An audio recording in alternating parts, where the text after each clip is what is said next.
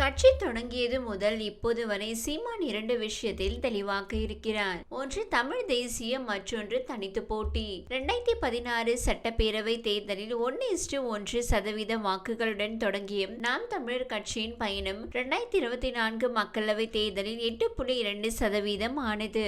இதனால் இப்போது அங்கீகரிக்கப்பட்ட மாநில கட்சியாகவும் மாறியுள்ளது நாதாக.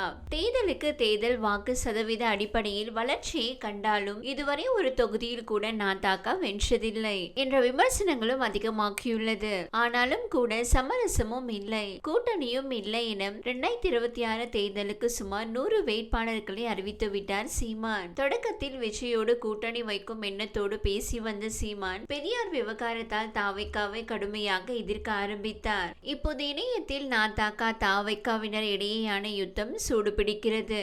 இப்படி அரசியல் களமே அனல் பறக்கும் வேளையில் தனி ரூட்டில் ஆடு மாடுகள் மரங்கள் மலைகள் தண்ணீருக்கு மாநாடு நடத்தி கொண்டிருக்கிறார் சீமான். தமிழகத்தில் உள்ள அரசியல் கட்சிகளில் சீமானின் வாக்கு வங்கி தனித்துவமானது. ஏனென்றால் சீமான் பிரபல நடிகரும் அல்ல, பெரிய அரசியல் பின்புலம் கொண்டவரும் அல்ல. இன்னும் சொல்ல போனால் தேர்தல் செலவுகளுக்கு கூட அவர்களிடம் பெரிதாக நிதி இல்லை. இருப்பினும் 8.2% வாக்குகள், அதாவது சுமார் 36 லட்சம் பேர் சீமானுக்கு வாக்களித்துள்ளனர். சீமானின் வாக்காளர்களில் பெரும்பாலானோர் இளையோர். அதே போல தமிழ் தேசியம், சுற்றுச்சூழல், இயற்கை, தமிழர் துன்பம் எனும் கொள்கை கொண்டு நாதகாவில் அதிகம் உள்ளனர். இவர்கள் தான் அக்கட்சி நிலைத்த வாக்கு வங்கி. இயற்கை, பல்லூரியம் பற்றி சீமான் பேசும் பல வீடியோக்கள் அவ்வப்போது வைரலாகும். விஜயின் அரசியல் வருகை சினிமா பாசம் கொண்ட இளையோர் மற்றும் பொது தளத்தில் ஒரு சலசலப்பை உருவாக்கியுள்ளது. இது எல்லா கட்சிகளுக்கும் சேதாரம் உண்டாக்குவதை போல நாதாக வாக்கு வங்கிக்கும் பாதகத்தை உருவாக்கலாம் என்ற பேச்சு உள்ளது.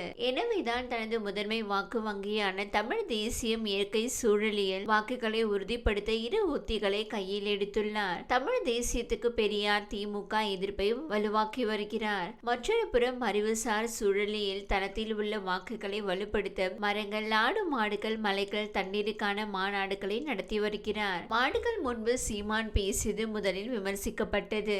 மேய்ச்சல் உரிமை சார்ந்த முன்னெடுப்பு என அது மாறிய போது விமர்சனங்கள் அடங்கின. மரங்களோடு சீமான் பேசியதை வைரலாக்கி விமர்சித்தார்கள். அதே கருத்தை நடிகர் சூர்யா பேசியதை பரப்பி பதிலடி கொடுத்தார்கள் தம்பிகள். இன்னொரு கோணத்தில் பார்த்தால்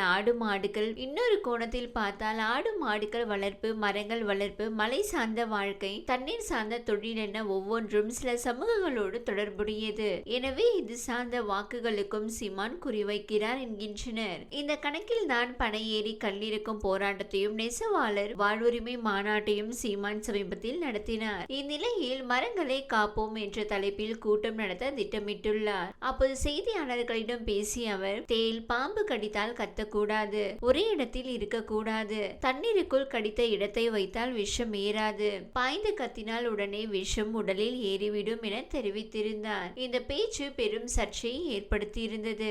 சமூக வலைதளங்களில் நெட்டிசன்கள் சீமானுக்கு எதிரான கண்டனங்களை எழுப்பினர். இந்த நிலையில் நாம் தமிழர் கட்சி தலைமை ஒருங்கிணைப்பாளர் சீமான் மீதும் தாவைக்கா பிரமுகர் சென்னை காவல் ஆணையர் அலுவலகத்தில் புகார் அளித்துள்ளார். சிவகங்கை மாவட்டத்தை சேர்ந்தவரும் தாவைக்கா பிரமுகருமான பாலசுப்ரமணியன் என்பவர் சென்னை காவல் ஆணையர் அலுவலகத்தில் புகார் கொடுத்துள்ளார். இதனைத் தொடர்ந்து செய்தியாளர்களிடம் பேசிய அவர், பாம்பு கடித்தால் எந்த விதமான மருத்துவ சிகிச்சையும் தேவையில்லை என்றும் இயற்கையாகவே உயிர் பிழைக்க முடியும் என்றும் பொதுவெளியில் நாம் தமிழர் கட்சியின் தலைமை ஒருங்கிணைப்பாளர் சீமான் பேசியுள்ளார். இது முற்றிலும் தவறானது, அறிவியல் விரோதம் மற்றும் உயிருக்கு ஆபத்தை விளைவிக்க கூடிய கருத்து என தெரிவித்தார். சீமானின் இத்தகைய பேச்சுகள் பொதுமக்களின் உயிரை பணயம் வைப்பது மட்டுமல்லாமல் சமூகத்தில் குழப்பத்தையும் தேவையற்ற அச்சத்தையும் ஏற்படுத்துவதாக கூறினார். எனவே பாம்பு கடிக்க சிகிச்சை தேவையில்லை என்ற கருத்தால் பொது அமைதிக்கு குந்தகம் விளைவிக்கும் வகையில் செயல்படும் சீமான் மீது காவல்துறை நடவடிக்கை எடுக்க வேண்டும் என கேட்டுக்கொண்டார். இந்த மனநிலை ஒரு பொறுப்பான தலைவருக்கு இருக்க வேண்டிய மனநிலையில் இருந்து விலகி இருப்பதாக கருதுகிறேன். எனவே அவரது மனநல பரிசோதனை அத்தியாவசியமானது.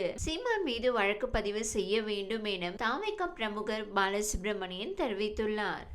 இந்த வீடியோ உங்களுக்கு பிடித்திருந்தால் லைக் செய்யுங்க. மேலும் இதுபோல் வீடியோ தொடர்ந்து பார்க்க நம்ம ஒரு சேனலை சப்ஸ்கிரைப் மற்றும் ஃபாலோ செய்யுங்க.